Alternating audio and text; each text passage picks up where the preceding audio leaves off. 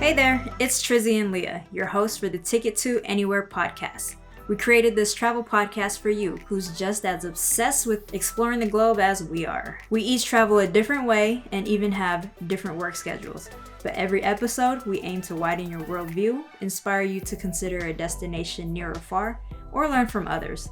With us, you can adventure from anywhere. Keep in touch with us on social media at Ticket2 Anywhere Podcast. Remember to connect with us on Instagram, Facebook, Twitter, and TikTok. Never miss an episode by subscribing to Ticket2 Anywhere Podcast on Spotify, Apple Podcasts, Google Podcasts, Stitcher, and Pocket Casts. And hit subscribe to follow our visual podcasts on YouTube to keep up to date on our channel. If you find value and enjoy our episodes and special guests, please rate us and leave us a review on Apple Podcasts. It means the world to us and helps others find us easier. You can also leave comments or reviews on our YouTube channel or Facebook page. Be sure to search for Ticket2 Anywhere Podcast. Take a screenshot of the episode you're currently listening to, share it on your socials, and tag us. Or send this episode to a friend if you think it'll be helpful for them. And if you'd like to support us by monetary means, you can do so by buying us a coffee at buymeacoffee.com/Ticket2 Anywhere.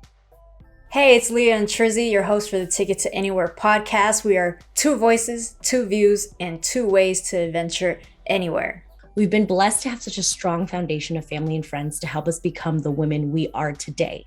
We are travelers, adventurers, producers, podcasters, event managers, content creators, foodies, and even our own comedians. But even to continue to progress and to keep our travel dreams alive, we still need inspiration. Running a travel podcast has given us an opportunity to meet and interview guests all over the world. Content creators, travelers, people that inspire us. And these guests, they aren't just guests. They're full of wisdom and experience.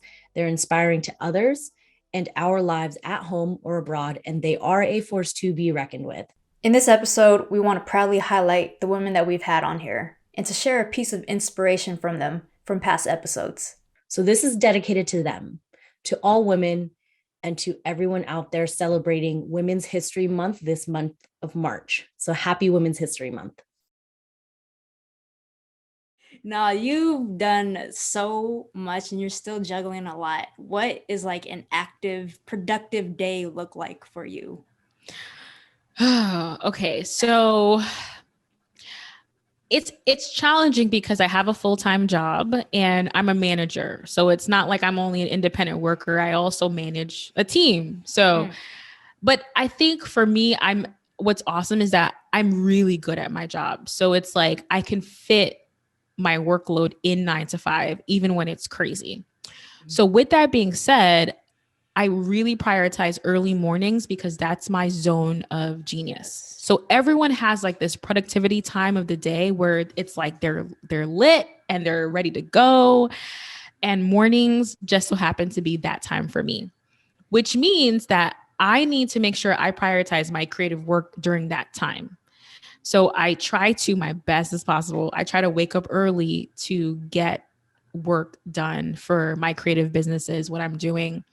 And then secondary, like I try not to do it after 5 because I know that I'm already spent. Like I woke up early, I worked for the man and now I'm just, or the woman, and now I'm spent, right? So like I really rarely work after 5. It may be like a podcast interview or something like that where it's like less brain power, but I think figuring out the time that you're most productive, and hopefully it's not during the day, like, during 12 o'clock when you're working or something like that.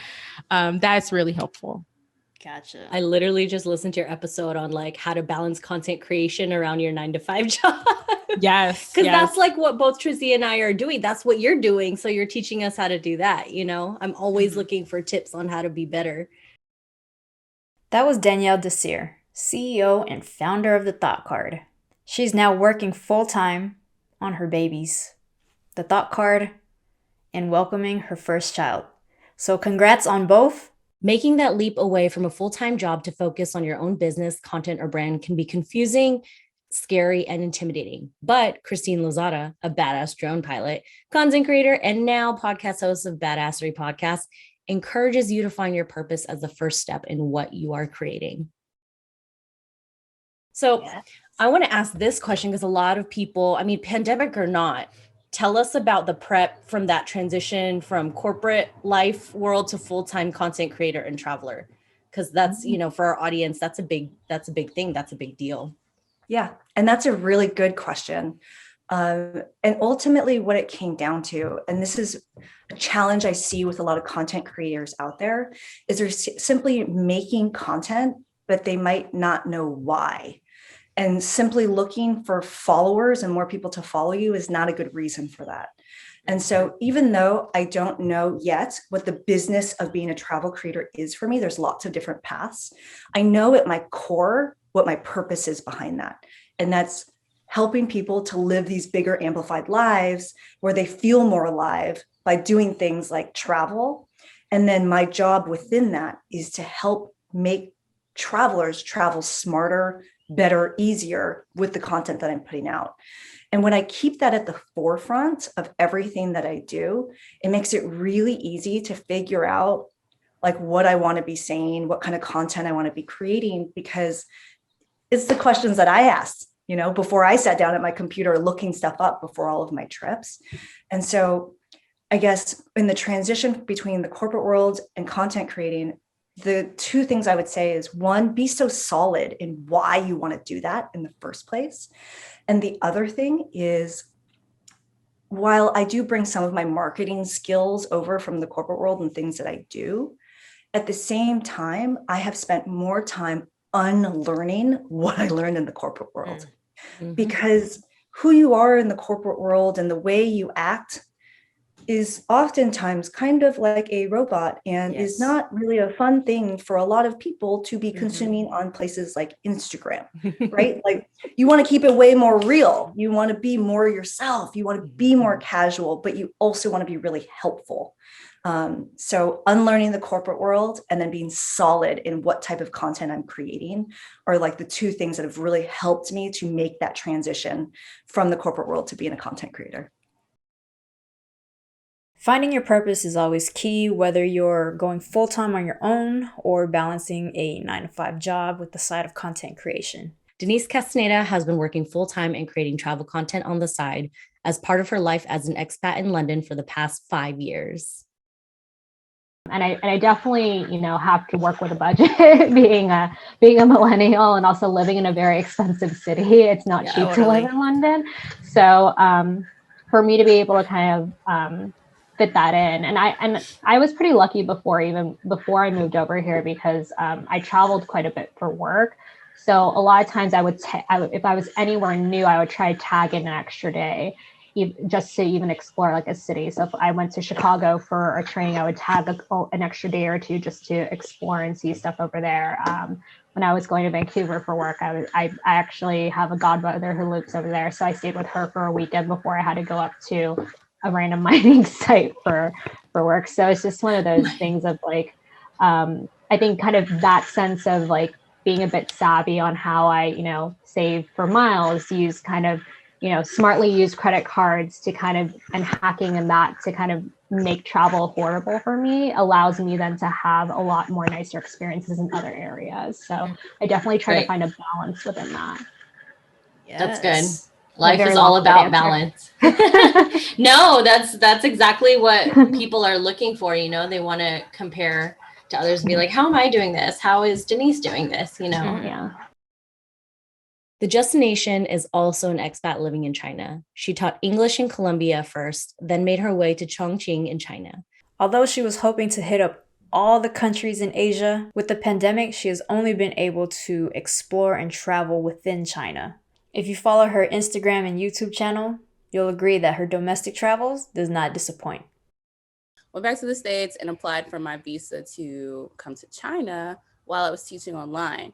So that took quite some time, even before COVID. Like getting a Chinese visa was just a very intricate, long, detailed process. So I thought I'd be in the States for 3 months in between, and it turned into 8 months. So I taught online during that whole period. And by the time I got to where it was time to come to China, I was making about $2,000 tax-free a month. And I almost stayed because if I can make this and go back to Colombia, I'm good. Like that's plenty of money to live well there. So I ended up just, I already did all the paperwork. So got on the plane, came to China in 2018, and I've been here ever since. I am in Chongqing, China, which is a place that a lot of people in the Western world haven't heard about, but it's a city of 30 million people. It's huge. It's a huge city. Wow, 30 million. Yeah. I always see on your Instagram stories are lit all the time, every hour of every day. But you get some good traveling in China.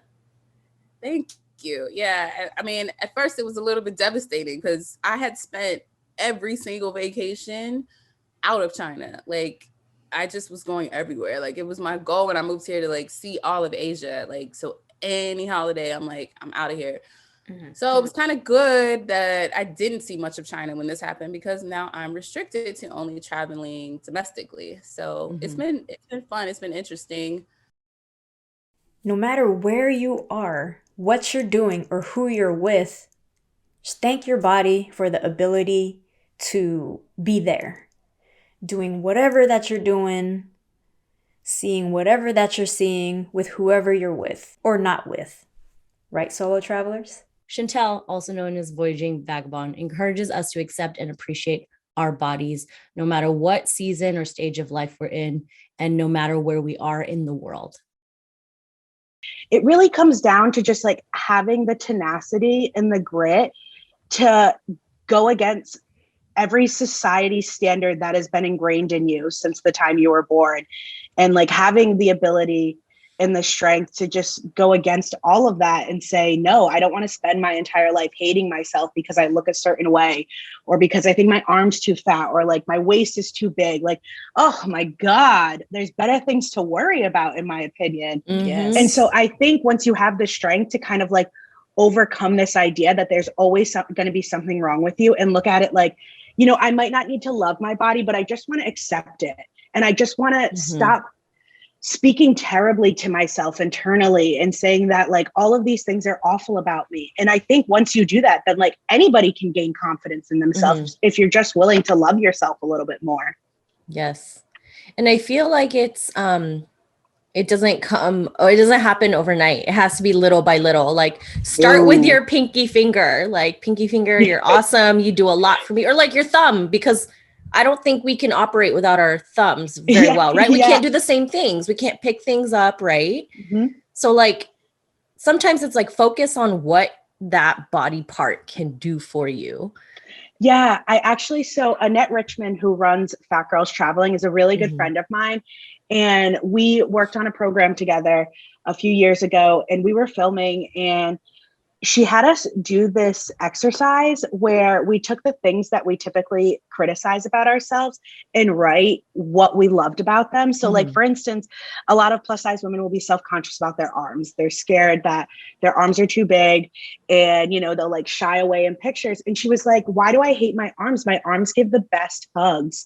And like, that line still sticks with me to this day. Like, shout out to Annette. Like, that really, like, genuinely, like, and it's just changing the way that you talk to yourself, changing the way that you criticize. And rather than like criticizing, being like, you know, I instead of saying I hate my stomach, why don't you say like, I love my stomach for stretching and keeping up with the life that I've been living. And, you know, I'm thankful for my skin for being able to change and form to whatever I put it through. Like, your body's such an incredible thing, and it's not meant to be hated. It is, definitely. It's like, we're able body. It's a privilege for us to be able to move. So I feel you on that. Yeah. And like, people underestimate that. Yeah. With so much talk on self-imagery, we neglect what's most important: our mental health. Talks of mental health have become a stigma for the longest time. Too long that people feel like the cure to mental health conditions is just to neglect it. But that's not what we're about. So we brought on Mindful Meggie to Ticket to Anywhere, and she's giving us a safe space to talk about mental health on this podcast.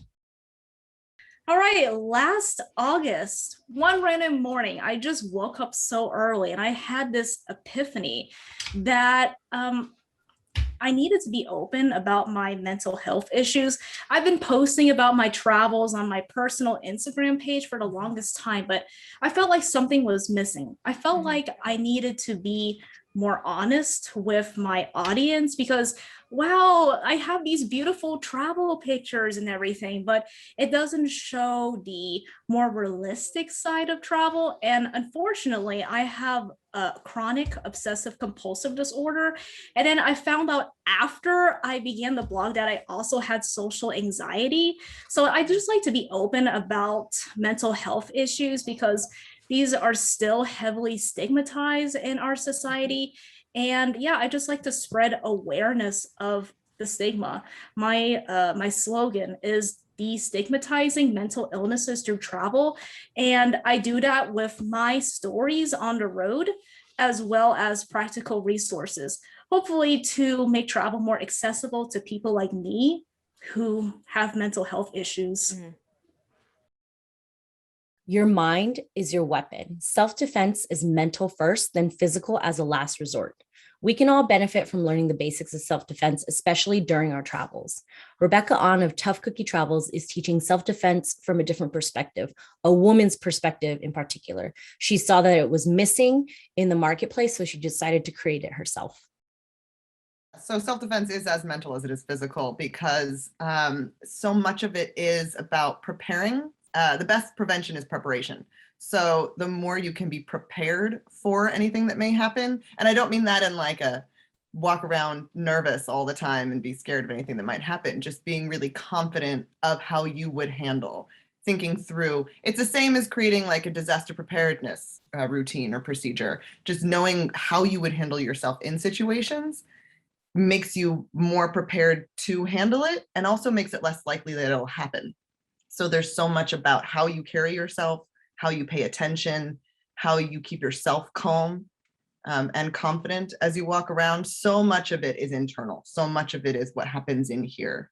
When I teach a class, I guess, I start with the steps you would take to prepare yourself. And we don't get into the physical fighting until later in the class, because I take it in order of what the ideal scenario is. Your very first ideal scenario is to get away without any violence happening. I mean, that's self-defense is still self-defense if you don't fight at all.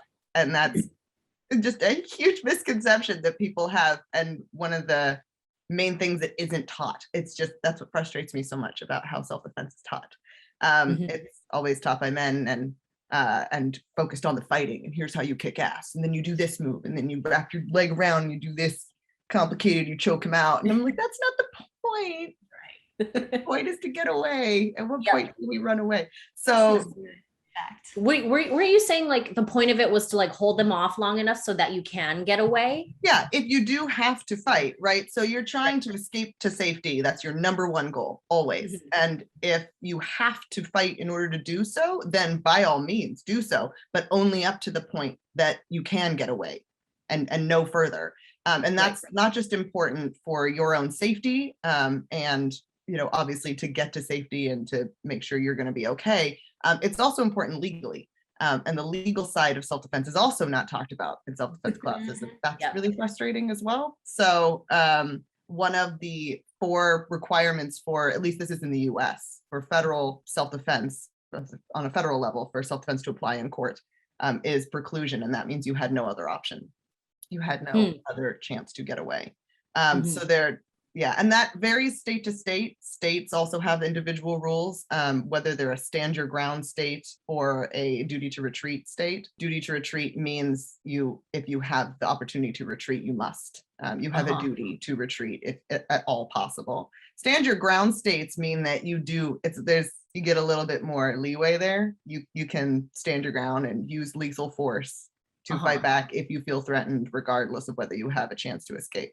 So that's interesting. But they're always, there's fine print. It's not cut and dry. It's not black and white. So in general, it's very, very important to get away as soon as safely possible. We're moving on to traveling sustainably with Christina Robinson of Plastic Me Not. She's advising us to just work with what we got to be a little bit more eco-friendly. this is something that we really tell our students now too, more so, but really everybody, like, you don't have to spend a lot of money to be eco-friendly or to be sustainable. The most sustainable option is using what you already have.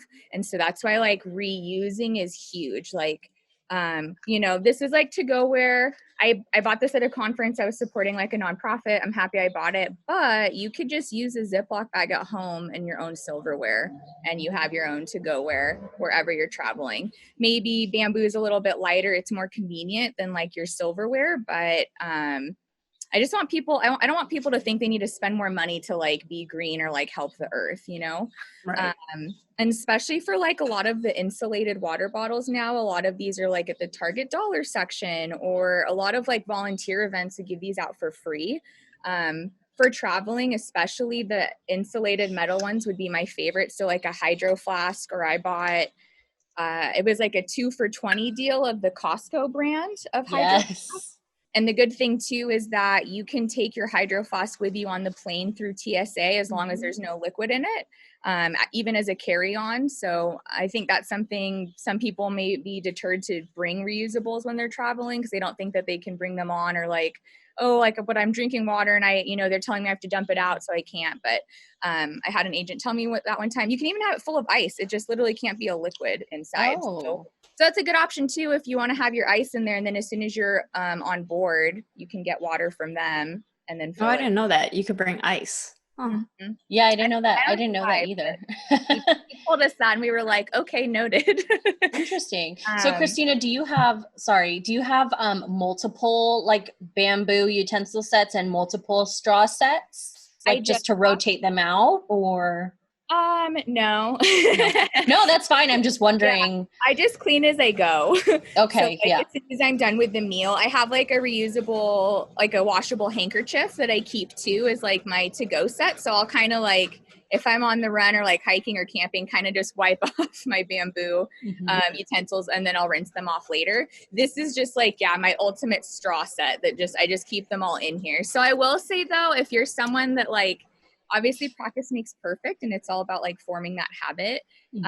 But it is useful. I have friends where I think, you know, they'll have a reusable straw in their car, and then like at the office, and then one at home, or one in your purse, or one in your backpack. So when I'm switching bags or something, I do have to like consciously be like, okay, I need all my reusables, and then I'll like go through my list.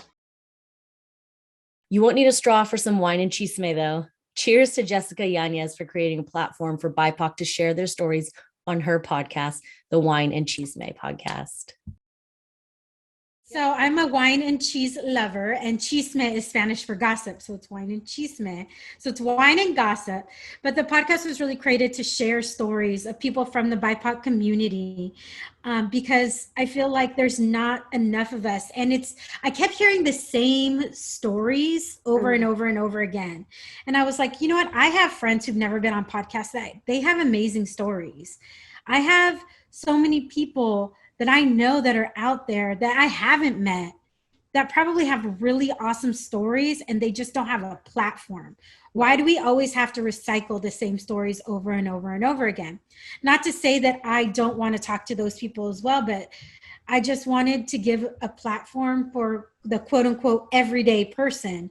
When you're surrounded by people who have really wonderful stories to tell and inspiring stories to tell, it makes it easier, because sometimes you get down on yourself. I'm sure you guys have experienced that. Like, is anybody listening? Does anybody care? Does anybody whatever? And then, right? And then I talk to somebody and I hear these stories, and I'm just like, man, if one person is inspired by this, then it's all worth it. Then the work is worth it. Then staying up late to edit is worth it. Because, you know, when you're a small podcast, an independent podcast like we are, it's, you know, I'm the host, I'm the producer, I'm the editor, I book the guests, I look for the sponsors, like I do everything just as you guys do. And it's not, you know, we want to think, oh, it's just so easy, but because I love it so much is what makes me keep going. When I was traveling, when I drove up the coast, and I was in Napa, and I was editing, I was up till, I don't know, 11 o'clock at night editing, because there was an episode that needed to be that needed to drop the next morning. And because I love it so much, I don't mind doing it. From one podcast to another, Janine and Martha of the Oh My Travel podcast show stamina after years and years of podcasting and friendship, just like Trizzy and I. You guys are like 5 seasons in. That's crazy. And you average kind of like 20 episodes per season. So that's 100 episodes if I'm doing my math correctly. That is insane. So props to you guys. Congrats on that. So what have you guys learned about, sustaining a podcast throughout these 5 seasons? Oh my God, we've learned so much. I bet. We've learned how to kind of manage things, I guess. It took us a while to actually get into a routine, I think, with it. We've always had it so that, we're doing new episodes every Tuesday, while the season is going. But I mean, other than that, we didn't really have now we're like planning more. We're like thinking about strategically planning. Who are our guests? Who do we want? Martha will tell me who are your dream guests that you would want for this coming season. So a lot more planning, I think, is it's more work now. I think before it was a very it was a way for me to just kind of be creative because I wasn't working and I was kind of going crazy just by myself. So I kind of used Janine as like my person to be like, put all my energy like into her. So I'm very happy that she agreed. But even now getting more like, not like that we weren't serious about it before, but we were just doing it to do it like, and now we have like an active Instagram account that, we update, we try to at least when the season's running, because I feel like we didn't get an Instagram until like way later, and then we weren't posting things consistently like at all, and it was just kind of like, hey, like we're doing something like really quick, but now it's more like engaging with people and promoting and things like that. So that's been very different and hard because that's like a job. Oh my gosh, yeah. Like content creation, I'm just like, this is exhausting. It sure is. We appreciate all our guests that have contributed time into our podcast and all our episodes, and just helping this podcast become what it is. It has helped me and Leah become the woman that we are. Like I said, strong foundation of family, friends, and inspiration as well. This is the Ticket to Anywhere podcast. Thank you guys for joining us for another episode. And again, happy Women's History Month.